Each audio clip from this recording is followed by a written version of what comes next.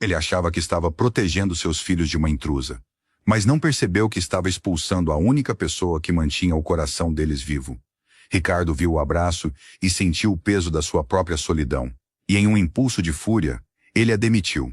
Mas o que estava escrito naquele papel deixado em cima da mesa mudaria sua vida para sempre. Nesta história, veremos como o medo de perder o controle pode cegar um homem para o que realmente importa. Antes de mergulharmos nessa jornada de dor e descoberta, aproveita e se inscreve aqui na Galeria dos Contos e deixa o seu like. Isso ajuda muito o nosso trabalho a continuar trazendo essas histórias emocionantes até você. Ricardo era um homem que acreditava que o mundo poderia ser domado por números, contratos e uma disciplina inabalável. Para ele, a eficiência era a maior das virtudes, e o sentimento, uma fraqueza que deveria ser mantida sob rédeas curtas. Sua mansão era uma obra-prima de arquitetura contemporânea, toda feita de vidro, aço e mármore branco. Era um lugar onde o eco dos próprios passos soava mais alto do que qualquer risada. Um monumento à sua ascensão financeira, mas também ao seu isolamento. Desde que sua esposa, Isabel, partira 2 anos atrás, Ricardo transformou a casa em um memorial silencioso à sua própria dor, disfarçada de ordem absoluta. Ele cercou Gabriel, de 9 anos, e Maia, de 6, com as melhores escolas e uma rotina militar, acreditando que o futuro deles dependia da ausência de qualquer distração que lembrasse a perda da mãe. Helena chegou naquela casa sem alarde, como uma brisa suave que entra por uma fresta esquecida. Ela era uma mulher de gestos comedidos e um olhar que parecia carregar uma sabedoria antiga, contratada apenas para manter a limpeza impecável que Ricardo exigia. Ele mal notava sua presença física. Para ele, Helena era apenas um vulto de uniforme azul claro que limpava os vestígios de vida das superfícies de granito. O que Ricardo não percebia era que, nos momentos em que ele estava trancado em seu escritório, Helena estava operando milagres silenciosos.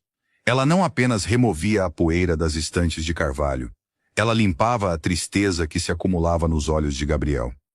Ela não apenas arrumava os lençóis de Maia, ela costurava com palavras doces os rasgos que o luto deixara na alma da menina. Com o passar dos meses, a atmosfera da mansão mudou de forma quase imperceptível.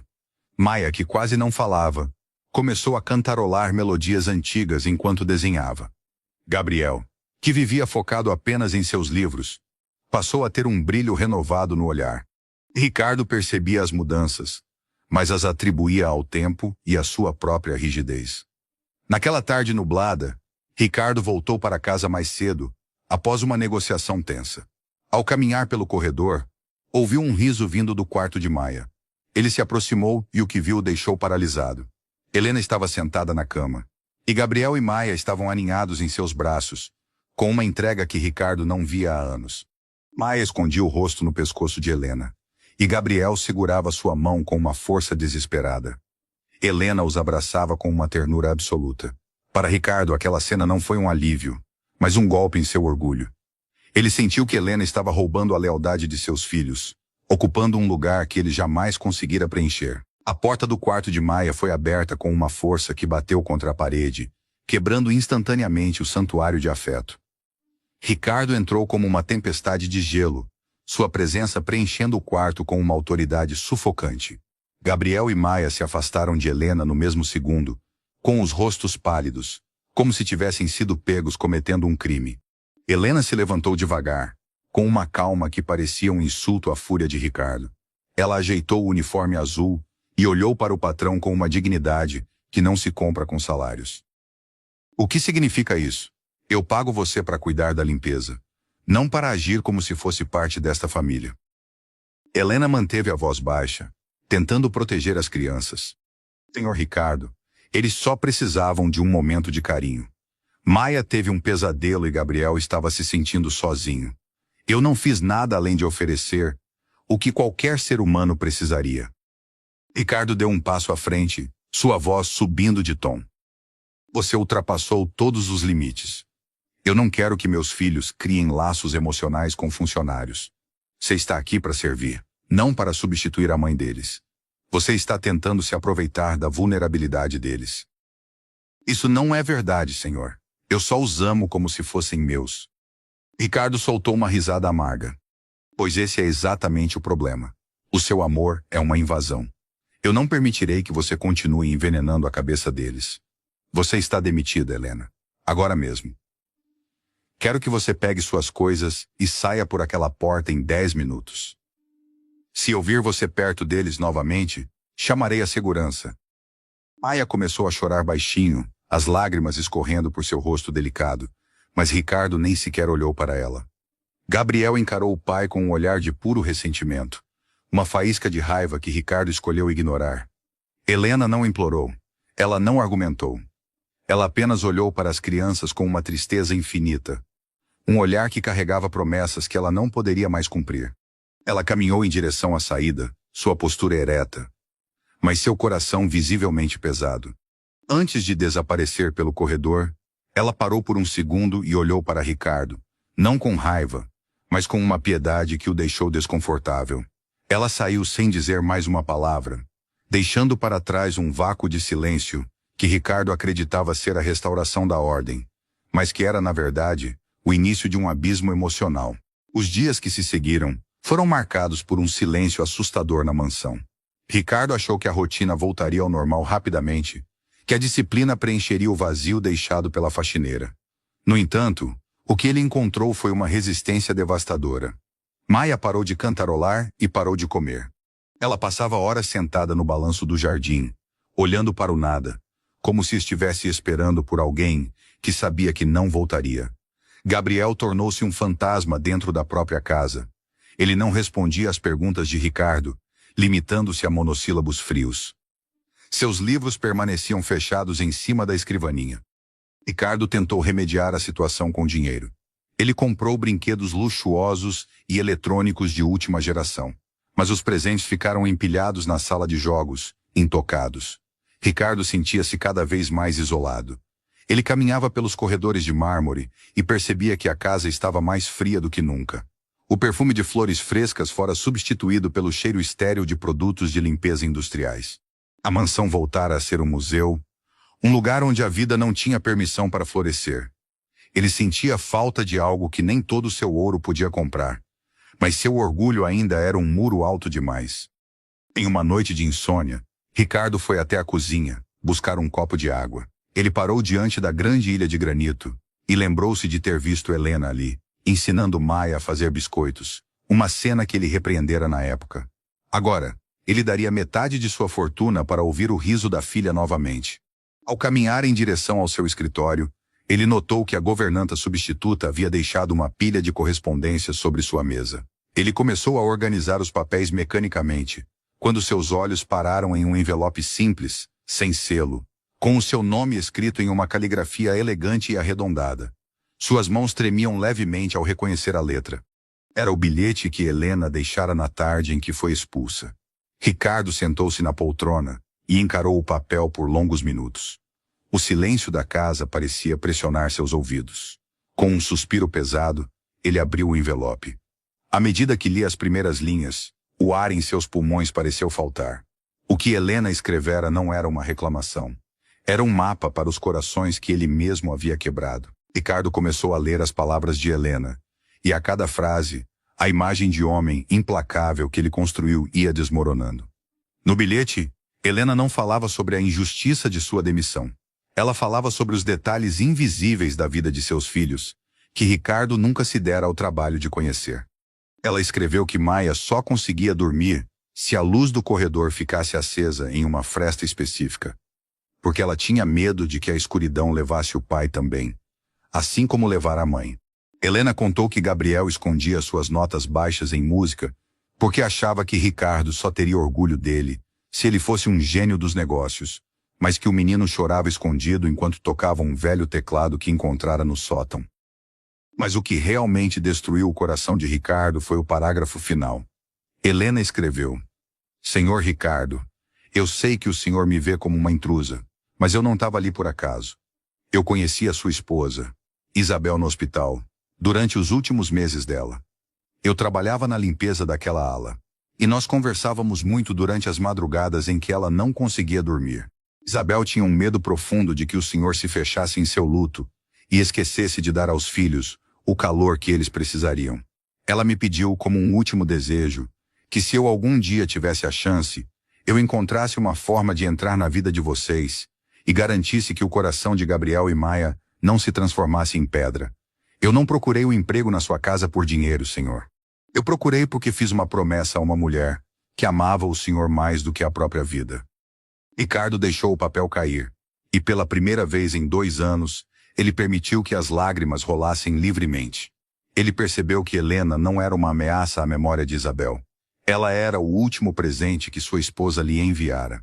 Ele tinha expulsado o anjo que foi enviado para salvar sua família da ruína emocional. Ele olhou para a mansão ao seu redor e viu apenas ruínas cobertas de ouro. Ele tinha sido um gigante nos negócios, mas um anão na arte de ser pai. O bilhete de Helena era um espelho que mostrava a Ricardo o monstro de gelo que ele se tornara. Ele olhou para o relógio. Era madrugada, mas ele não poderia esperar. Ele precisava encontrar Helena. Ele precisava pedir perdão de joelhos. Ele pegou as chaves do carro e saiu sob a chuva fina. O milionário que nunca se curvava estava agora desesperado para encontrar a faxineira que ele desprezara, percebendo que ela possuía a única chave para salvar sua alma. A chuva batia com força no para-brisa do carro de luxo de Ricardo, mas ele mal percebia o barulho. Seus pensamentos estavam fixos nas palavras de Helena, que ecoavam em sua mente como um martelo batendo em uma bigorna. Ele dirigia por bairros que nunca imaginou visitar, ruas onde a iluminação era precária, e o asfalto dava lugar a buracos e lama. Ele se sentia um intruso naquela realidade, mas a urgência em seu peito era maior do que qualquer desconforto. Ele olhava para o endereço que encontrara na ficha de registro de Helena e percebia o quanto ele a ignorara durante todo aquele tempo. Ela vivia em um mundo completamente diferente do seu, mas possuía uma riqueza que ele jamais conseguira acumular em seus cofres. Ricardo estacionou o carro diante de uma pequena casa de madeira, com uma varanda simples e vasos de flores que pareciam lutar contra a força da tempestade. Ele hesitou por um momento, olhando para as próprias mãos limpas e caras. Ele se perguntou se tinha o direito de estar ali, depois de tudo o que dissera. Ele lembrou-se da fúria com que a expulsara e da frieza com que ignorara as lágrimas de seus filhos. Mas a imagem de Isabel, em seus últimos dias, pedindo a Helena que cuidasse do coração de sua família, deu-lhe a coragem que faltava. Ele desceu do carro e caminhou sob a chuva, sentindo o frio penetrar em seus ossos. Um frio que ele cultivara dentro de si por anos. Ele bateu à porta, e o som pareceu soar alto demais no silêncio da rua deserta. Após alguns segundos, uma luz se acendeu por dentro, e a porta se abriu lentamente. Helena estava lá, vestindo um hobby simples, com o rosto marcado pelo cansaço e os olhos ainda levemente inchados. Ao ver Ricardo ali parado e encharcado, ela não demonstrou raiva, apenas uma surpresa silenciosa. O milionário, que sempre tivera as palavras certas para fechar negócios milionários, sentiu a garganta secar. Ele olhou para Helena e viu nela o último elo com a mulher que ele amara e que ele não soubera honrar em sua ausência. Ricardo não conseguiu dizer nada de imediato. Ele apenas estendeu a mão, segurando o bilhete que agora estava amassado e úmido. Helena olhou para o papel e depois para o homem à sua frente. Ela viu a armadura de Ricardo completamente destruída. Não havia mais um empresário implacável, apenas um pai desesperado e um viúvo perdido. Antes que ela pudesse dizer qualquer coisa, Ricardo fez algo que nem mesmo ele imaginava ser capaz. Ele se ajoelhou ali mesmo, na varanda de madeira, diante da mulher que ele tratara como um objeto descartável. Eu li o bilhete, Helena. Eu li tudo. Sua voz saiu rouca, misturada ao som da chuva. Eu fui um monstro. Eu achei que estava protegendo a memória da Isabel, mas eu estava matando o que ela mais amava. Eu expulsei você porque tive medo. Tive medo de que o amor que você dava a eles mostrasse o quanto eu estava falhando. Eu não sabia da promessa. Eu não sabia que você era o último presente dela para nós.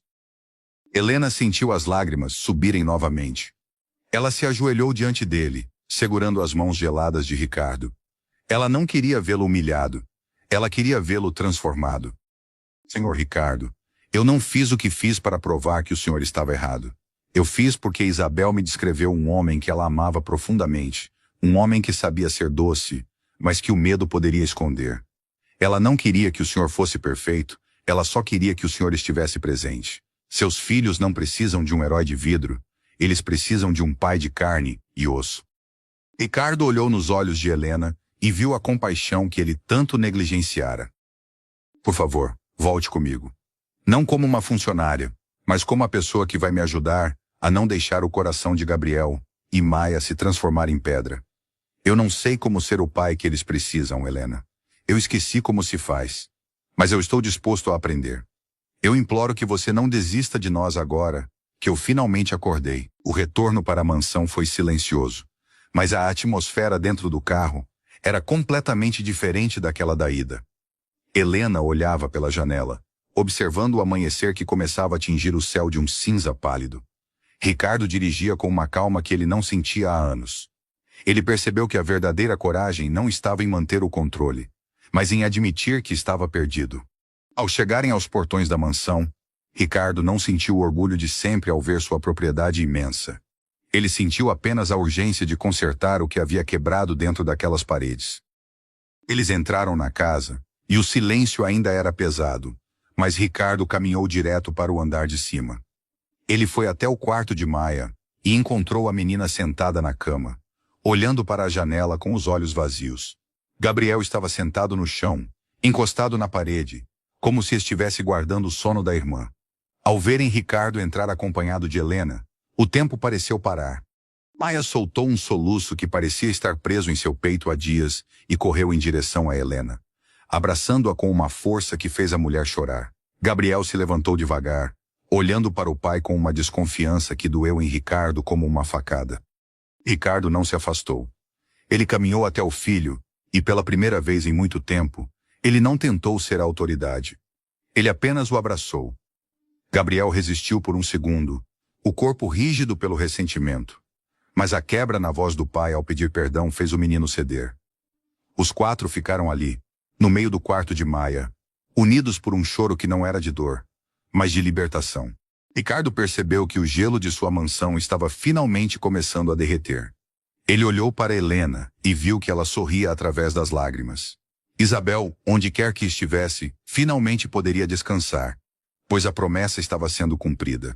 Nos dias que se seguiram, Ricardo começou a realizar uma transformação que chocou a todos que o conheciam. Ele não mudou apenas a decoração da casa, ele mudou a alma dela. Ele ordenou que as cortinas pesadas e escuras fossem trocadas por tecidos leves que deixavam o sol entrar. Ele abriu as portas do escritório e passou a trabalhar de casa, permitindo que as crianças entrassem a qualquer momento. O silêncio estéril foi substituído pelo som de música, risos, e às vezes pela bagunça saudável de quem está realmente vivendo. Ricardo percebeu que a perfeição que ele tanto buscava era a sua maior inimiga. Helena permaneceu na casa, mas sua posição era agora de total respeito. Ela se tornou a ponte entre Ricardo e os filhos. Ela ensinou Ricardo a ouvir os silêncios de Maia e a entender as frustrações de Gabriel. Ela mostrou que a disciplina não precisava ser fria e que a autoridade de um pai se constrói com confiança, não com medo. Ricardo passou a participar das refeições, a ouvir as histórias das crianças e a se permitir chorar quando a saudade de Isabel apertava. Ele descobriu que a vulnerabilidade era a maior força que um homem poderia ter para manter sua família unida. Certa tarde, Ricardo encontrou Gabriel tocando o velho teclado no sótão, o mesmo que Helena mencionara na carta. Em vez de repreendê-lo ou dizer que aquilo era uma perda de tempo, Ricardo sentou-se ao lado dele e apenas ouviu. Quando o menino terminou, Ricardo o abraçou com orgulho. Sua mãe adoraria ouvir você tocar, Gabriel. Ela tinha a música dentro dela, e eu vejo que você também tem. Nunca mais esconda o que faz você feliz para tentar me agradar. Eu já sou feliz só por ser seu pai. Ele percebeu que a riqueza que ele acumulara servia apenas para uma coisa: dar a ele a liberdade de estar presente. Ele começou a usar sua influência e seus recursos para ajudar o hospital onde Helena e Isabel se conheceram, criando uma ala dedicada ao suporte emocional de famílias em luto. Ele queria que outras pessoas tivessem a chance que ele quase perdera. Ricardo olhou para a vida que agora pulsava em sua casa e percebeu que o bilhete de Helena fora o seu maior investimento, pois devolvera a ele a única coisa que o dinheiro jamais poderia comprar: o amor puro e incondicional de seus filhos. A transformação de Ricardo não passou despercebida pelo mundo corporativo. Os boatos corriam rápido pelos corredores das grandes empresas. O leão do mercado financeiro estava amolecendo. Ricardo começou a desmarcar reuniões importantes para buscar Gabriel na escola ou para levar Maia ao parque. Seus sócios olhavam para ele com uma mistura de incredulidade e desprezo. Para eles, o tempo era ouro, e Ricardo estava desperdiçando sua fortuna em momentos que não geravam lucro. No entanto, para Ricardo, cada minuto ao lado dos filhos era o investimento mais lucrativo que ele já fizera em toda a sua existência.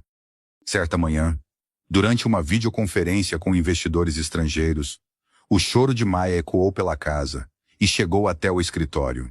Ricardo parou de falar no meio de uma explicação sobre projeções trimestrais. Seus sócios esperavam que ele ignorasse o som ou que chamasse alguém para silenciar a criança. Mas Ricardo simplesmente pediu licença. Ele deixou a tela ligada e foi até o corredor, onde encontrou a menina assustada com um pequeno corte no joelho. Ele a pegou no colo, a confortou e só voltou para a reunião quando ela estava sorrindo novamente. Ao retornar, um de seus sócios mais antigos disparou com sarcasmo. Ricardo, você está perdendo o foco. Esse tipo de interrupção é inaceitável para alguém na sua posição. Você tem funcionários para isso. Ricardo olhou fixamente para a câmera, com uma calma que desarmou o interlocutor. Eu passei anos sendo o homem que vocês queriam que eu fosse. Eu ganhei milhões, mas estava perdendo a alma dos meus filhos. Se vocês acham que cuidar da minha filha é uma distração, então talvez eu não seja mais o homem certo para liderar este grupo. O meu foco nunca esteve tão nítido como agora. Aquela declaração marcou o fim de uma era. Ricardo percebeu que não poderia mais viver em dois mundos tão distintos. Ele começou a delegar a maior parte de suas funções, optando por uma vida mais simples e presente. Ele descobriu que a verdadeira autoridade não vinha do medo que ele impunha nos outros, mas do respeito que ele cultivava dentro de sua própria casa. Helena observava tudo de longe, com um orgulho silencioso. Ela sabia que Isabel estaria sorrindo ao ver que o homem que ela amava finalmente descobrira que o poder mais real de um homem é a sua capacidade de ser pai. Maia sempre fora uma criança de poucas palavras, um silêncio que se tornara quase absoluto após a morte da mãe. Ricardo aceitara isso como uma cicatriz incurável, mas Helena acreditava que a voz da menina estava apenas guardada em um lugar de segurança. Uma tarde, enquanto Ricardo trabalhava no jardim, sob a orientação de Helena, eles ouviram um som vindo da varanda. Era Maia. Ela não estava apenas cantarolando. Ela estava contando uma história para suas bonecas, usando frases completas e uma entonação cheia de vida. Ricardo parou o que estava fazendo, sentindo o coração bater mais forte. Ele olhou para Helena, que apenas colocou o dedo nos lábios, pedindo silêncio. Eles observaram Maia por longos minutos. Ela falava sobre um reino onde as flores nunca morriam e onde o sol sempre encontrava o caminho para dentro das casas. A voz dela era doce, carregada de uma inocência que Ricardo achava que tinha sido roubada para sempre. Ele percebeu que o afeto de Helena fora a chave que abrira a porta onde a voz de Maia estava escondida. Quando a menina percebeu que estava sendo observada, ela não se calou. Ela correu até o pai e o abraçou, olhando-o com olhos brilhantes. Pai, a Helena disse que a mamãe é como o vento. A gente não vê, mas ela abraça a gente quando a gente fecha os olhos. Ricardo sentiu as lágrimas subirem. Ele se ajoelhou na grama e abraçou a filha com uma ternura que transbordava. Ela tem razão, meu amor. E eu prometo que nunca mais vou deixar o silêncio ser maior do que a nossa voz. Gabriel se juntou a eles, e pela primeira vez em anos, a mansão não parecia um túmulo de mármore, mas um lugar onde a vida pulsava com força. Ricardo percebeu que a cura de seus filhos era a sua própria cura. Ele olhou para Helena e viu nela não apenas a mulher que cumprira uma promessa, mas a pessoa que devolvera a cor ao seu mundo cinzento. Ele entendeu que a maior riqueza de uma família não é a ausência de dor, mas a presença de amor para atravessá-la. Para selar a nova fase da família, Ricardo decidiu organizar um jantar especial. Ele não convidou empresários, políticos ou celebridades.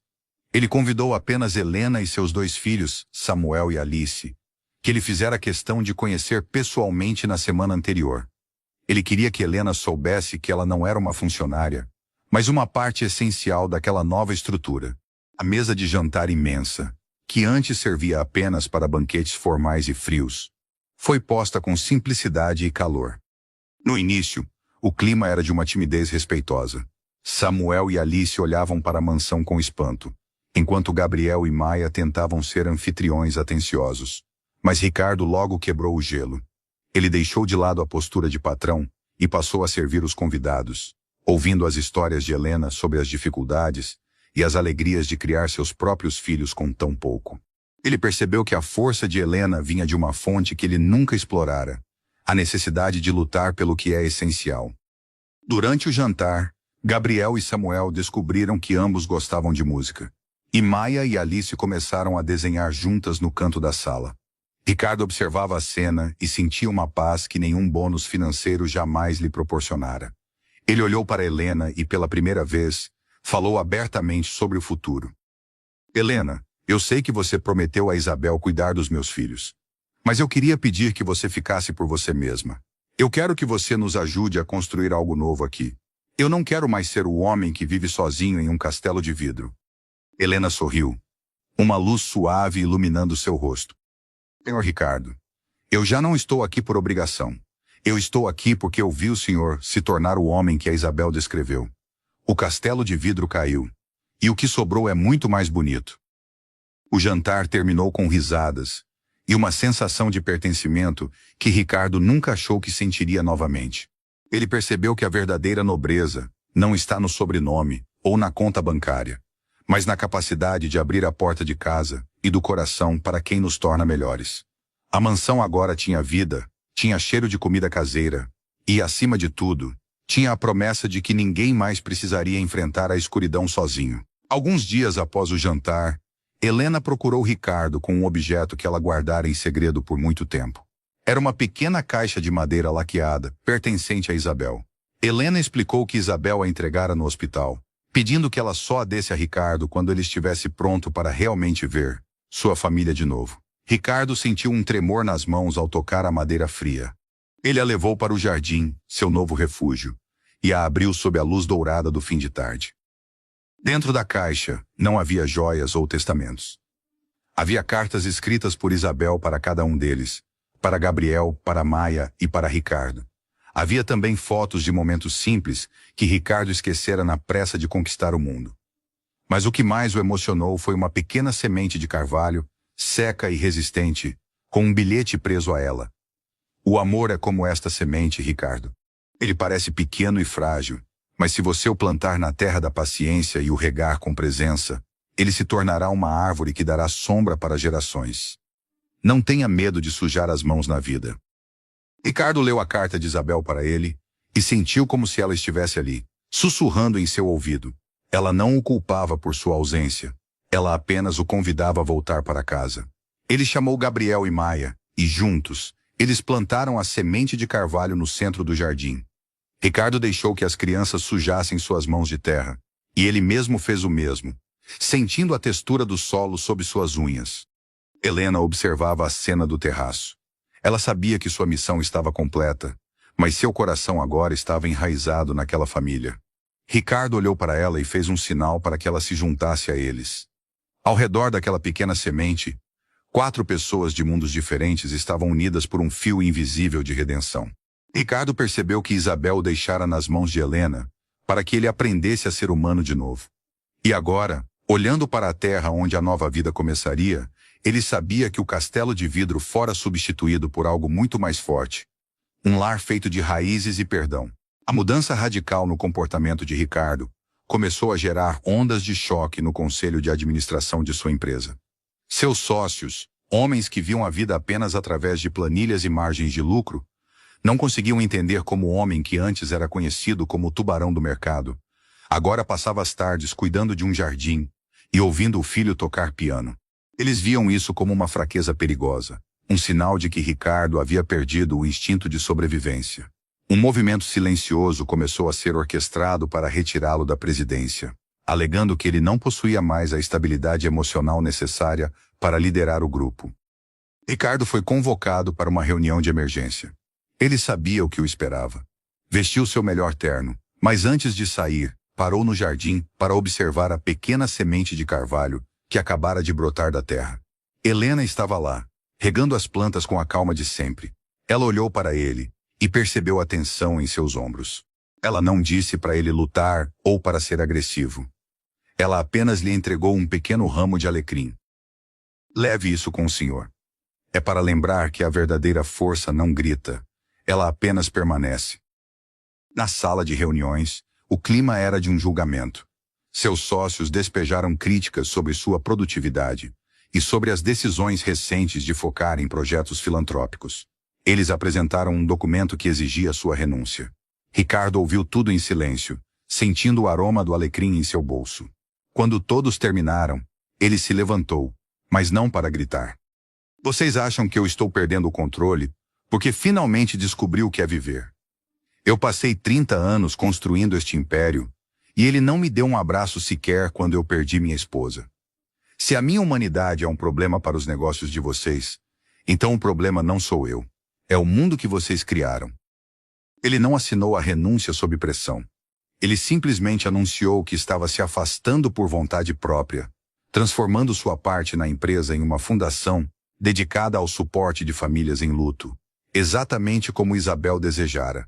Ao sair daquela sala fria, Ricardo sentiu um peso imenso saindo de suas costas. Ele não era mais o dono da empresa, mas sentia-se, pela primeira vez, dono de seu próprio destino. O milionário de gelo morrera definitivamente naquele dia, dando lugar a um homem que sabia que o sucesso real é aquele que se pode compartilhar com quem se ama ao redor de uma mesa. Gabriel sempre tivera pavor de se apresentar em público. Para ele, o palco era um lugar de julgamento, onde qualquer erro seria punido pelo olhar severo do pai. Mas, sob a tutela silenciosa de Helena e o novo incentivo de Ricardo, o menino decidira participar do recital de música da escola. Ele passava horas ensaiando no velho teclado do sótão. Mas agora Ricardo não ficava apenas ouvindo de longe. Ele se sentava ao lado do filho, fechava os olhos e deixava a música contar as histórias que as palavras não conseguiam. No dia do recital, Gabriel estava pálido nos bastidores. Ele olhava para a plateia e via os pais de outras crianças, todos impecáveis e cheios de expectativas. Quando chegou sua vez, ele caminhou até o piano de cauda com as pernas trêmulas. Ele procurou por Ricardo na plateia e o encontrou na primeira fila, sentado ao lado de Helena e Maia. Ricardo não estava com o celular na mão ou com o semblante preocupado com negócios. Ele estava apenas ali, com um sorriso de encorajamento que Gabriel nunca vira antes. O menino começou a tocar. No início, as notas eram hesitantes, mas então ele lembrou das tardes no jardim, do cheiro da terra e do abraço de Helena. Ele lembrou de como o pai chorara ao seu lado no sótão. A música fluiu como um rio que finalmente encontrou o mar. Gabriel não tocou para ganhar o troféu ou para impressionar os juízes. Ele tocou para Isabel, para Helena e para o pai que voltara para casa. O silêncio no auditório era absoluto, quebrado apenas pela melodia emocionante que o menino arrancava das teclas. Ao terminar, houve um segundo de silêncio antes que a plateia irrompesse em aplausos. Gabriel olhou para Ricardo e viu que ele estava de pé, com lágrimas nos olhos, batendo palmas com uma força que demonstrava todo o orgulho do mundo. O menino correu para os braços do pai no palco, quebrando todos os protocolos da escola. Ricardo o pegou no colo e o girou, sem se importar com as aparências. Naquele momento, Gabriel entendeu que o seu talento não era uma carga, mas uma ponte. O som da liberdade ecoava não apenas no auditório, mas em cada canto da alma de Ricardo, que percebia que a maior herança que poderia deixar para o filho não era o dinheiro, mas a coragem de ser quem ele realmente era. A vida na mansão parecia ter atingido um equilíbrio perfeito, mas o destino decidiu testar a força daquela nova união, de uma forma inesperada. Helena, que sempre fora a rocha da família, começou a demonstrar sinais de um cansaço extremo.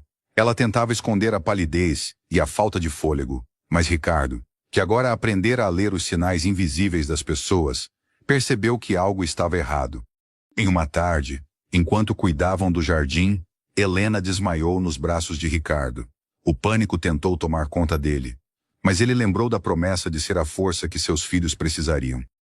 Helena foi levada para o mesmo hospital onde Isabel passara seus últimos dias. Ricardo sentiu um calafrio ao caminhar por aqueles corredores. As memórias da dor e da perda tentavam paralisá-lo, mas ele não era mais o mesmo homem. Ele ficou ao lado de Helena durante todos os exames, segurando sua mão com a mesma firmeza que ela segurara a dele na varanda daquela casa de madeira. O diagnóstico foi de uma estafa severa misturada a uma condição cardíaca que precisava de cuidados imediatos. O médico foi claro. Helena precisava de repouso absoluto e de um ambiente livre de qualquer estresse. Ricardo não hesitou.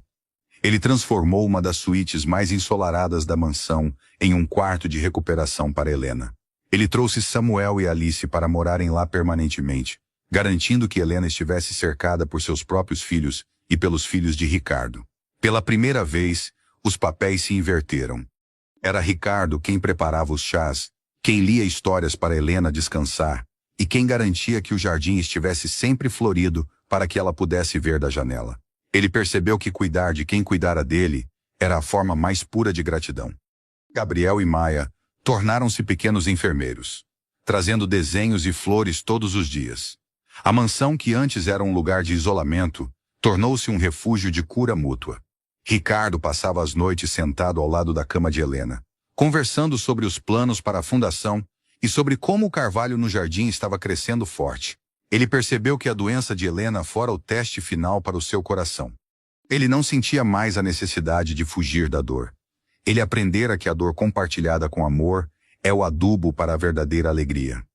Helena olhava para Ricardo com olhos brilhantes, percebendo que o homem que Isabel amava não apenas voltara, mas superara todas as expectativas.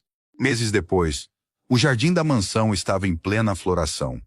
O carvalho, agora com um caule firme e folhas verdes vibrantes, era o centro de toda a vida ali. Helena estava recuperada, caminhando lentamente pela grama, sentindo o sol aquecer seu rosto. Ricardo organizara uma pequena cerimônia para a inauguração oficial da Fundação Isabel, um espaço que funcionaria anexo à propriedade, dedicado a oferecer suporte psicológico e artístico para crianças que perderam seus pais. Ele não queria apenas doar dinheiro. Ele queria doar o lar que ele redescobrira. Na inauguração, Ricardo não fez um discurso sobre filantropia ou sobre o uso eficiente de recursos. Ele falou sobre o bilhete de Helena. Ele contou a todos, inclusive aos seus antigos sócios que compareceram por curiosidade, como uma promessa feita em um leito de hospital salvara 4 vidas da solidão. Ele apresentou Helena não como sua governanta ou funcionária, mas como a guardiã do coração de sua família. O aplauso que se seguiu não foi para o milionário, mas para o ser humano que ele se tornara. Ao final do dia, quando todos os convidados partiram, Ricardo, Helena e as 4 crianças se sentaram ao redor do carvalho. O horizonte estava tingido de um rosa profundo, o mesmo tom que Isabel tanto amava. Gabriel começou a tocar uma flauta doce, e as meninas faziam coroas de flores. Ricardo olhou para Helena e percebeu que o ciclo de dor fora finalmente encerrado. O castelo de vidro fora demolido, e em seu lugar, havia algo muito mais resistente. Um santuário de raízes profundas e perdão constante. Ricardo olhou para o céu e sentiu, pela primeira vez, que Isabel estava em paz. A promessa fora cumprida além de qualquer palavra escrita naquele bilhete. Ele pegou a mão de Helena e a de seus filhos, formando um círculo de proteção e afeto. O milionário que um dia demitiu a faxineira por dar um abraço, agora vivia para aquele abraço. Ele entendera a maior lição de todas, que a única coisa que realmente levamos desta vida é o amor que tivemos a coragem de plantar no coração dos outros. O horizonte de Isabel agora brilhava nos olhos de cada um deles, iluminando o caminho para um futuro onde o gelo nunca mais teria lugar. A paz na mansão era quase tangível, mas o destino costuma enviar provações justamente quando achamos que o mar está calmo. Certa manhã, um carro preto de luxo estacionou diante da casa. Dele desceu Sofia, a irmã mais nova de Isabel, que vivia na Europa há anos e pouco mantivera contato após o funeral. Sofia era a personificação da antiga vida de Ricardo, fria, elegante e cética em relação a qualquer demonstração de afeto que não viesse acompanhada de um interesse financeiro. Ela chegara com uma notificação judicial em mãos, questionando a gestão dos bens de Isabel e a criação dos sobrinhos, sob o que ela chamava de influência de uma estranha. Sofia entrou na mansão com um olhar de desaprovação para as mudanças. Ela viu os brinquedos no chão, o cheiro de comida caseira, e principalmente a presença de Helena, que agora não usava mais uniforme, mas roupas simples e elegantes de quem pertencia àquele lugar. Para Sofia, Ricardo havia enlouquecido de luto e estava sendo manipulado. Ela não via uma família curada. Ela via um patrimônio em risco e 2 herdeiros sendo criados fora dos padrões da elite. Ricardo a recebeu no jardim, sob a sombra do carvalho que começava a ganhar corpo. Sofia não se deixou comover pela cena das crianças brincando com Samuel e Alice. Ricardo, você transformou este lugar em um centro comunitário. Isabel teria horror de ver o que você fez com o legado dela. Eu vim para garantir que Gabriel e Maia tenham a educação que merecem, longe dessa caridade emocional. Ricardo olhou para a cunhada e percebeu nela o reflexo do homem que ele mesmo fora um dia. Ele não sentiu raiva, sentiu apenas uma profunda tristeza por ela não conseguir ver a beleza daquela transformação. Sofia, Isabel não teria horror. Isabel teria paz. O que você chama de caridade emocional, eu chamo de sobrevivência. Eu não vou brigar com você em tribunais, mas eu te convido a ficar uma semana aqui. Veja com seus próprios olhos o que o dinheiro nunca pôde comprar para esses meninos. Sofia aceitou, convencida de que em poucos dias encontraria provas de que Helena era uma aproveitadora. Ricardo sabia que aquele seria o teste de fogo para sua nova vida. Ele não precisava provar nada para Sofia, mas precisava proteger o santuário que Helena ajudara a construir. A batalha não seria de advogados, mas de essências. O castelo de vidro estava sendo desafiado pela aristocracia do gelo, e Ricardo sabia que apenas a verdade poderia derreter aquele novo inverno que tentava se instalar. Durante sua estadia, Sofia agia como uma inspetora, observando cada gesto de Helena e cada interação de Ricardo com as crianças. Ela vasculhava as prateleiras e os armários, buscando algo que justificasse sua desconfiança. Em uma tarde de chuva, ela encontrou, no fundo de um baú de Isabel que Ricardo ainda não tivera coragem de abrir totalmente, um diário que nunca fora lido. Sofia sorriu, achando que ali encontraria as queixas de Isabel sobre o marido, ou algo que desabonasse o ambiente da casa. Ela se trancou no quarto de hóspedes e começou a ler. Mas o que as páginas revelavam era algo que Sofia não esperava. Isabel escrevera sobre a solidão que sentia mesmo rodeada de luxo. Ela descrevera como o silêncio de Ricardo a matava aos poucos e como ela temia que a irmã, Sofia, seguisse o mesmo caminho de frieza e isolamento. Em uma das últimas páginas, Isabel mencionara a enfermeira que conhecera no hospital, Helena, chamando-a de a alma mais pura que já cruzara seu caminho. Isabel escrevera: Sofia, se você estiver lendo isso, é porque eu já parti. Não tente julgar o Ricardo com os olhos do nosso mundo. Tente olhar para ele com o coração. Eu pedi a Helena que fosse o elo que eu não consegui ser. Se ela estiver na vida deles, é porque o milagre aconteceu. Não lute contra o amor, irmã. Ele é a única coisa que realmente possuímos. Sofia sentiu o impacto daquelas palavras como um soco no estômago. Ela percebeu que sua luta não era para proteger Isabel, mas para proteger o próprio ego e a sua visão de mundo distorcida. Ela olhou pela janela e viu Helena ajudando Maia a pintar um quadro na varanda. Ela viu Ricardo sentado no chão com Gabriel, rindo de algo que o menino dissera. A imagem de perfeição estéril que Sofia tanto prezava parecia agora vazia e sem vida diante daquela desordem amorosa. O diário de Isabel fora a última carta que a falecida jogara para salvar não apenas o marido, mas também a irmã que se perdera no próprio orgulho. Naquela noite, Sofia não apareceu para o jantar.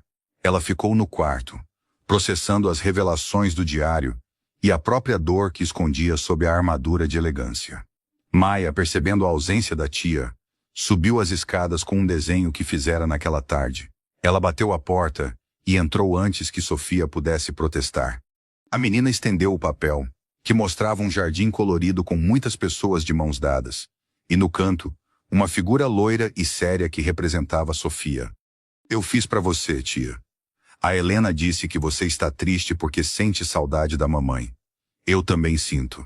Mas ela disse que a gente pode desenhar a saudade para ela ficar colorida. Sofia olhou para o desenho e depois para a sobrinha. Ela viu nos olhos de Maia o brilho que Isabel sempre tivera. um brilho que ela achava que tinha se apagado para sempre. Ela abraçou a menina e, pela primeira vez em anos, permitiu-se chorar de verdade. Ela chorou pela irmã, pela vida vazia que levava e pela vergonha de ter tentado destruir o que Isabel tanto lutara para preservar. Ela desceu para a sala, onde Ricardo e Helena conversavam baixo perto da lareira. Sofia colocou o diário sobre a mesa, com as mãos ainda trêmulas. Eu achei que vinha aqui para salvar meus sobrinhos de uma mentira.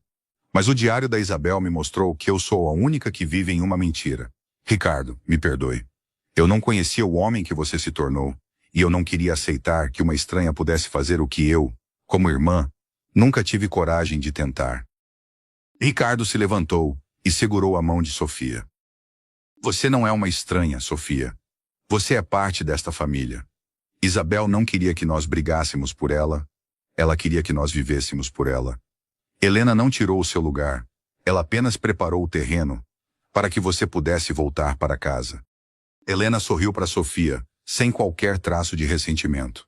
Naquele momento, a última barreira que isolava a família de Ricardo do resto do mundo caiu. A mansão agora não era apenas um refúgio para 4 pessoas, mas um centro de cura que começava a atrair todos aqueles que Isabel amara.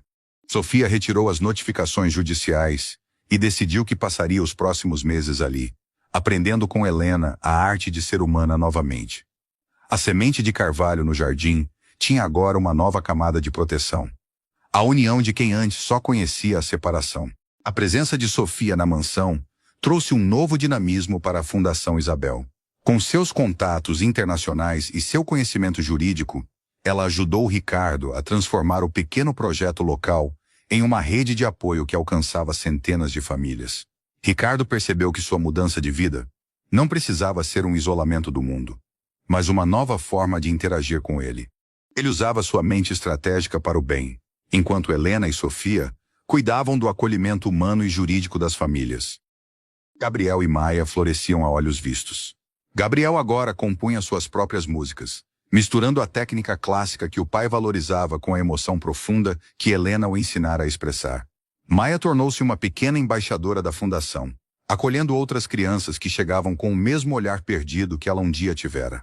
A mansão de vidro, antes um símbolo de frieza, era agora citada em jornais e revistas como o exemplo de como a riqueza pode ser humanizada. Certa tarde, Ricardo sentou-se na varanda com Helena para observar o movimento da fundação. Ele viu dezenas de pessoas caminhando pelo jardim, buscando conforto e direção. Ele olhou para Helena e sentiu uma gratidão que as palavras não conseguiam mais conter. Helena, se eu não tivesse lido aquele bilhete, onde nós estaríamos agora? Helena olhou para o carvalho, que agora já dava uma sombra generosa. O senhor estaria no topo do mundo, Ricardo, mas estaria muito sozinho. O bilhete foi apenas o mapa, mas foi o senhor quem teve a coragem de caminhar. Isabel sabia que o senhor era capaz. Ela só precisava de alguém que segurasse a sua mão no escuro, até que o senhor pudesse ver a luz de novo. Ricardo percebeu que a sua vida era agora um mosaico de perdão, promessas cumpridas e um amor que transcendia a morte. Ele não era mais o milionário de gelo, nem o viúvo amargurado. Ele era um homem que aprendera que o verdadeiro poder está na capacidade de reconstruir o que foi destruído e de transformar a dor em adubo para a esperança. A jornada ainda estava longe de terminar, mas ele sabia que, não importa o que o futuro reservasse, ele nunca mais deixaria o silêncio ser maior do que o abraço. A promessa de Isabel fora finalmente selada com a paz de quem sabe que o amor, quando é verdadeiro, nunca deixa ninguém para trás. Gabriel agora era um jovem de 14 anos, com a sensibilidade de Isabel e a determinação de Ricardo. Ele não era apenas um músico talentoso. Ele se tornara o mentor das crianças menores que chegavam à fundação. Ele usava o piano não para exibir técnica, mas para ajudar outros meninos a expressarem a dor que ele mesmo um dia sentira. Maia, aos 11 anos, florescera em uma menina de olhar atento e palavras certeiras. Ela herdara de Helena a capacidade de ler os silêncios, tornando-se o braço direito de Ricardo na organização dos acolhimentos. A harmonia era profunda, mas a adolescência de Gabriel trouxe um novo questionamento para Ricardo. O menino, pressionado pelas expectativas dos amigos da escola de elite onde ainda estudava, começou a duvidar se o caminho da música e da caridade seria suficiente para vencer na vida. Ele via os pais de seus colegas obcecados por heranças e impérios, e por um breve momento, a semente da ambição fria tentou brotar em seu peito. Ricardo percebeu o filho mais distante, mais focado em números e em aparências, e sentiu o medo de que o velho Ricardo estivesse renascendo no corpo de seu herdeiro. Ricardo não usou de autoridade ou de ordens. Ele chamou Gabriel para uma caminhada até o carvalho, que agora era uma árvore frondosa e forte. Você está preocupado com o tamanho do seu futuro, Gabriel. Eu entendo. Eu passei 30 anos tentando construir um futuro gigante e acabei sem presente nenhum. Gabriel olhou para o pai, com a defensividade típica da idade. Mas pai, o mundo não é um jardim. Lá fora, as pessoas lutam por espaço. Eu não quero ser apenas o filho do homem, que desistiu de tudo para cuidar de flores. Ricardo sorriu, sentindo o peso daquelas palavras, mas sem se abalar. Eu não desisti de tudo, meu filho. Eu apenas escolhi o que não pode ser tirado de mim. Se você quer construir um império, construa. Mas certifique-se de que, no topo dele, haja alguém que te ame, e não apenas alguém que te tema. O seu talento não é para te fazer maior que os outros. É para te impedir de se sentir sozinho quando o mundo ficar frio. Helena observava a cena da janela. Ela sabia que aquele era o momento em que Ricardo precisava ser o mestre de Gabriel, não pela força, mas pela vivência. Ela viu Gabriel baixar a guarda e abraçar o pai sob o carvalho. A crise do crescimento fora apenas o vento testando a resistência das raízes.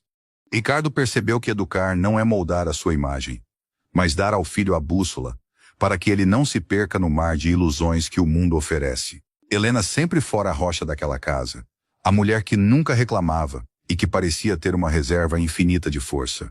Mas a vida, mesmo a mais bela, cobra seu preço. Ricardo começou a notar que Helena estava mais lenta, que seus olhos se fechavam com frequência durante as tardes de leitura, e que o brilho constante de sua pele parecia ter empalidecido. Ele sentiu um pânico surdo. O medo de perder Helena era maior do que o medo de qualquer crise financeira. Ele percebeu que, em sua busca por ser um pai melhor, ele talvez tivesse se apoiado demais nela, esquecendo que até as rochas podem se desgastar com o tempo. Ele a convenceu a fazer exames detalhados no hospital onde tudo começou. Ricardo ficou ao seu lado na sala de espera, segurando sua mão com uma firmeza que demonstrava toda a sua gratidão. O diagnóstico não era uma sentença, mas um aviso. O coração de Helena, que tanto cuidara de outros, estava cansado. Ela precisava de um ritmo diferente, de menos responsabilidades e de mais cuidado para si mesma. Para Helena, que vivera para servir, a ideia de ser cuidada era uma aprovação.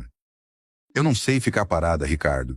Sinto que se eu não estiver ajudando, eu deixo de ser eu mesma. Ricardo a olhou com uma ternura profunda, colocando as mãos no rosto dela. Você já deu o mapa para todos nós, Helena. Agora é a nossa vez de carregar a tocha. Você não deixa de ser você por descansar. Você apenas está permitindo que o amor que você plantou em nós finalmente dê frutos. Deixe que Maia organize as flores. Deixe que Gabriel toque para você dormir. Deixe que eu seja o seu porto seguro, como você foi o meu no dia em que eu estava ajoelhado na sua varanda. Ricardo transformou o terraço da mansão em um jardim suspenso, onde Helena poderia ficar sem precisar subir ou descer escadas. Ele passou a dedicar suas tardes apenas a ela, conversando sobre o passado, sobre Isabel e sobre o futuro que eles ainda tinham pela frente. Ele descobriu que o maior ato de amor que ele poderia oferecer a Helena não era mais o seu respeito ou o seu dinheiro, mas o seu tempo absoluto. A mansão agora tinha um novo centro de gravidade. O repouso de quem ensinou a todos como realmente se deve caminhar. Durante o tempo de repouso de Helena, uma carta chegou à mansão, mas desta vez não era para Ricardo ou para a fundação. Era para Helena, vinda de uma pequena vila no interior do estado. Ela leu o conteúdo e chorou em silêncio por horas, escondendo o papel debaixo do travesseiro. Ricardo percebeu a mudança no semblante dela e, com a sensibilidade que ela mesma o ensinara, esperou o momento certo para perguntar. Helena revelou então que tinha uma irmã, de quem se afastara há décadas, por causa de um desentendimento familiar doloroso. A irmã estava doente e desejava o perdão antes que fosse tarde. Ricardo não hesitou. Ele organizou uma viagem curta, levando Helena com todo o conforto necessário para sua saúde. Ele queria mostrar a ela que o perdão que ele recebera dela era algo que ele agora estava disposto a ajudá-la a oferecer a outros. Eles chegaram a uma vila humilde, onde o tempo parecia ter parado. Helena reencontrou a irmã, uma mulher de mãos calejadas e olhos cansados, muito parecida com a Helena de anos atrás. O encontro foi marcado por um silêncio carregado de décadas de mágoa, mas Ricardo permaneceu ao longe, apenas observando. Ele viu Helena se aproximar da irmã, segurar suas mãos, e sem precisar de grandes discursos, oferecer o abraço que selava a paz. Ele percebeu que a vida de Helena também tivera suas dores e sombras, e que sua bondade não era fruto de uma vida fácil, mas de uma escolha consciente de não deixar o amargor vencer. Ao voltarem para a mansão, Helena parecia ter tirado um fardo de cima dos ombros. Sua saúde começou a melhorar visivelmente, como se o perdão oferecido à irmã tivesse sido o remédio que o seu coração precisava. Ricardo entendeu que ninguém é totalmente completo sem resolver as pontas soltas do passado. Ele agradeceu silenciosamente a Helena por permitir que ele participasse daquele momento de cura pessoal. A família agora estava unida não apenas pela promessa de Isabel, mas pela verdade de que todos ali eram seres humanos em constante processo de restauração. 10 anos haviam se passado desde a noite em que Ricardo encontrara o bilhete de Helena no escritório. Gabriel e Maia agora eram jovens adultos, prontos para assumirem seus próprios destinos. Ricardo decidiu que era o momento de compartilhar com eles o documento que mudara tudo. Ele os chamou para um jantar especial, apenas os 4, na mesa simples da varanda que agora era o lugar favorito da casa. O ar estava fresco e o som do carvalho balançando ao vento era a trilha sonora perfeita. Ricardo tirou o papel amarelado do envelope de couro. Sua voz, antes dura e autoritária, agora era suave e cheia de emoção. Ele leu o bilhete de Helena em voz alta, palavra por palavra. Gabriel e Maia ouviam em um silêncio sagrado.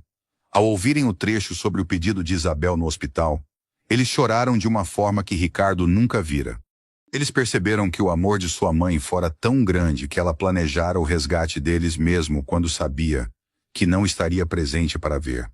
Pai, eu sempre achei que você tinha mudado por causa de um milagre, disse Maia, tocando a mão de Ricardo. Mas agora eu vejo que o milagre foi você ter tido a coragem de ler esse papel e de acreditar nele. Ricardo olhou para Helena, que estava sentada ao seu lado, com a mão sobre a dele. O milagre foi a Helena, Maia. Ela aceitou uma missão que ninguém mais aceitaria. Ela aguentou o meu desprezo e a minha fúria, porque ela via em vocês o que eu tinha esquecido de ver. Esse bilhete não é apenas uma carta, é o testamento da nossa sobrevivência. Naquela noite, eles não falaram de negócios, de heranças ou de planos futuros. Eles falaram de gratidão. Ricardo percebeu que sua maior conquista não fora reconstruir sua fortuna ou sua reputação, mas ter mantido a promessa de Isabel viva no coração de seus filhos. Ele olhou para o jardim e viu que a luz da lua iluminava o carvalho de forma majestosa. O ciclo de dor que começara com a morte de Isabel fora totalmente transmutado em uma linhagem de esperança. Ricardo sabia que, quando chegasse a sua hora, ele deixaria para o mundo algo muito mais valioso que ouro. Ele deixaria pessoas que sabiam o valor de um abraço e a importância de um bilhete deixado no momento certo. Gabriel completara 18 anos. O menino que se escondia no sótão para tocar piano agora era um jovem de presença magnética, cujo talento atravessara as fronteiras da fundação. Ele recebera um convite para estudar no prestigiado Conservatório de Viena, o coração da música clássica mundial. Para Gabriel, era o sonho de uma vida. Para Ricardo, era o início de um novo tipo de silêncio. Ele sentiu o fantasma da solidão rondar os corredores da mansão novamente.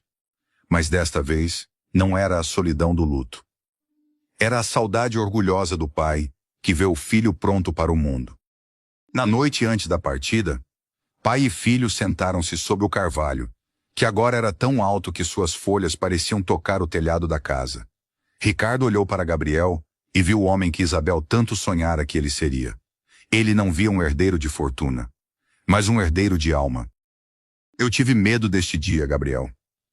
Medo de que, quando você partisse, a música fosse embora com você, e a casa voltasse a ser apenas um monte de pedras caras. Gabriel colocou a mão no ombro do pai, um gesto de maturidade que emocionou Ricardo. A música não está no piano, pai. Ela está no que você e a Helena construíram aqui. Eu estou indo levar um pouco do nosso jardim para o resto do mundo. Se eu não tivesse o seu abraço para me despedir, eu nunca teria força para subir naquele avião. Ricardo percebeu que o sucesso de sua jornada como pai era exatamente aquele momento. Ver o filho partir com o coração cheio e não fugindo de uma dor. Ele entregou a Gabriel uma pequena miniatura do carvalho, esculpida em madeira, feita por um dos artesãos da fundação. Para você nunca esquecer de onde vêm as suas raízes.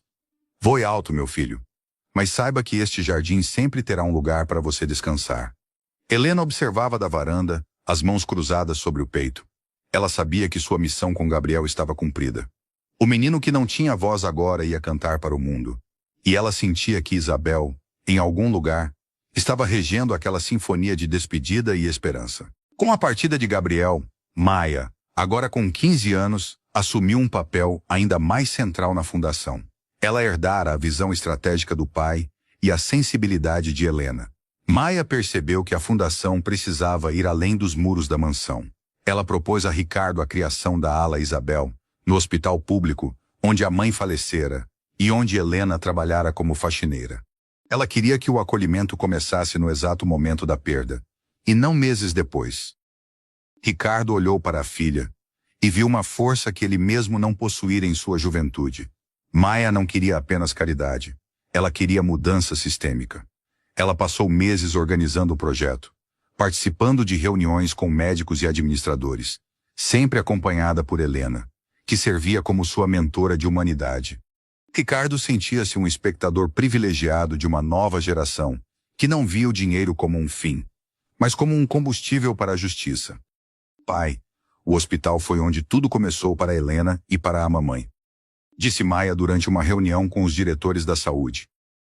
Nós não podemos deixar que outras crianças passem pelo que eu passei, sem ter uma Helena para segurar a mão delas desde o primeiro dia.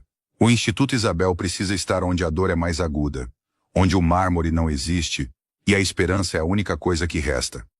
Ricardo investiu não apenas o capital, mas o seu prestígio para que o projeto de Maia ganhasse vida. Ele percebeu que sua filha não era apenas sua herdeira, era sua evolução. A inauguração da ala no hospital público foi o evento mais importante da vida de Ricardo. Ao ver a placa com o nome de Isabel em um lugar que atendia aos mais necessitados, ele sentiu que o círculo de dor fora finalmente transformado em um círculo de serviço. Helena caminhava pelos corredores que um dia ela limpara com suor e cansaço, mas agora ela entrava pela porta da frente, sendo saudada como a arquiteta daquele milagre. Os anos continuaram sua marcha silenciosa, e Ricardo começou a sentir o peso do tempo em seus próprios ossos. O homem que antes achava que o dinheiro o tornava invencível, agora entendia que a única coisa que realmente perdura é o que deixamos plantado no outro. Ele passou a dedicar mais tempo ao silêncio do jardim, muitas vezes sentado ao lado de Helena, observando as crianças da fundação que agora corriam pela propriedade, como se fosse o quintal de suas próprias casas. Certa tarde, Ricardo teve um leve mal-estar. Nada grave, mas o suficiente para lembrá-lo de sua finitude. Maia e Helena cuidaram dele com uma ternura que o fez refletir sobre a jornada. Ele chamou Helena para uma conversa particular na varanda, sob a luz dourada do fim de tarde. Helena, eu estive pensando no dia em que te demiti. Foi o momento mais sombrio da minha vida, mas foi o que permitiu que tudo isso acontecesse. Se você não tivesse tido a coragem de deixar aquele bilhete, onde eu estaria agora? Helena sorriu, ajeitando a manta sobre os ombros de Ricardo. O senhor estaria no mesmo lugar, Ricardo. Rico, poderoso e muito sozinho. O bilhete foi apenas a chave, mas foi o senhor quem decidiu girar a fechadura. A fragilidade do ouro é que ele não aquece ninguém no inverno. Mas o calor que o senhor construiu aqui, esse sim, é eterno. Ricardo olhou para as mãos de Helena, marcadas pelo tempo, e depois para as suas. Ele percebeu que a maior riqueza daquela mansão não estava nos cofres ou nas obras de arte, mas no fato de que ele não tinha mais medo de ser frágil. Ele aprendera que a vulnerabilidade é o solo onde a verdade cresce. Ele olhou para a entrada da fundação e viu um novo grupo de famílias chegando. Ele não sentia mais a necessidade de ser o bilionário que resolve tudo. Ele era apenas o homem que abria as portas para que a vida pudesse entrar e curar. O 20º aniversário da fundação foi comemorado com uma festa que reuniu centenas de pessoas cujas vidas foram transformadas pelo bilhete de Helena. Gabriel voltara de Viena, agora um maestro reconhecido, para reger uma orquestra formada por jovens da própria fundação. O som da música preenchia cada fresta da mansão, que agora não tinha mais ecos de solidão, mas camadas de história e afeto. Sofia, a cunhada que um dia tentara destruir a união, estava lá, agora como uma das principais doadoras e voluntárias. Ela abraçou Ricardo e Helena, com os olhos brilhando de uma paz que ela nunca achou que encontraria. Durante a cerimônia, Ricardo subiu ao palco improvisado no jardim, tendo o carvalho majestoso como pano de fundo. Ele não levava discursos escritos. Ele levava apenas o bilhete original de Helena, agora emoldurado e protegido. Este papel mudou o meu destino, disse Ricardo para a multidão silenciosa. Mas ele só funcionou porque houve uma mulher que teve a coragem de amar meus filhos quando eu não sabia como fazer isso. E houve uma mulher, minha esposa Isabel, que sabia que o amor é a única herança que realmente importa. Hoje, eu não sou o dono desta mansão. Eu sou o zelador de uma promessa que nos salvou a todos. Ele entregou a direção oficial da fundação para Maia e Gabriel, simbolizando a passagem do bastão para a nova geração. Helena chorava na primeira fila, sentindo que sua promessa a Isabel fora cumprida com juros de alegria. Ricardo desceu do palco e se sentou ao lado dela, segurando sua mão. Ele olhou para o céu e sentiu que Isabel estava lá, sorrindo para a bagunça feliz que sua partida provocara. O milionário de gelo morrera há muito tempo, e no seu lugar, ficara um homem que entendera que a vida só vale a pena quando a gente se permite sujar as mãos de terra para plantar esperança no coração de alguém. Os anos passaram como as estações no jardim, cada uma trazendo sua própria beleza e sua própria perda. Ricardo agora vivia em um tempo mais lento. Seus passos eram curtos, apoiados por uma bengala de madeira entalhada, mas seu olhar nunca estivera tão lúcido. Ele passava a maior parte do dia na varanda, observando o movimento da fundação que agora caminhava sozinha sob o comando firme de Maia. O carvalho no centro do jardim tornara-se uma árvore monumental, cujas raízes agora abraçavam os alicerces da própria mansão, como se a natureza e o mármore tivessem finalmente feito as pazes. Helena, também envelhecida, permanecia ao seu lado. A relação entre eles transcendera qualquer definição social. Eles eram os guardiões de uma promessa que salvara uma linhagem. Certa tarde, enquanto o sol se punha tingindo o céu de um escarlate profundo, Ricardo chamou Helena para sentar-se ao seu lado. Ele segurava o bilhete original, agora amarelado e frágil, mas ainda com a força de um testamento sagrado. Helena, eu sinto que o meu tempo de semear está chegando ao fim. Ricardo disse com uma voz que era apenas um sussurro de gratidão. Eu olho para trás e não vejo as empresas que construí ou os prédios que levei o meu nome. Eu vejo apenas este papel. Eu vejo o abraço que você deu nos meus filhos quando eu não sabia como fazer isso. O meu maior legado não foi o que eu acumulei, mas o que eu tive a coragem de soltar. Helena segurou a mão dele, as peles enrugadas contando a história de décadas de cuidado mútuo. O senhor não soltou nada, Ricardo. O senhor apenas abriu as mãos para que a vida pudesse entrar. O senhor cumpriu o desejo da Isabel de uma forma que nem ela poderia imaginar. O castelo de vidro tornou-se uma floresta de esperança. O senhor pode descansar, pois o jardim está em boas mãos. Eles ficaram ali, em silêncio, observando as luzes da fundação se acenderem uma a uma. Ricardo sentia uma paz que não conhecia em sua juventude. Ele percebeu que a morte não era um fim, mas a entrega final da semente à terra. Ele não tinha mais medo da escuridão, pois aprendera com Helena que as estrelas só aparecem quando o sol se vai. O milionário que um dia demitiu a faxineira por excesso de afeto era agora o homem que morreria cercado pelo maior tesouro que um ser humano pode possuir: a certeza de que amou e foi amado de volta. O funeral de Ricardo não foi um evento de gala para a elite financeira, embora muitos estivessem presentes. Foi uma celebração da vida no jardim da mansão, sob a sombra do grande carvalho.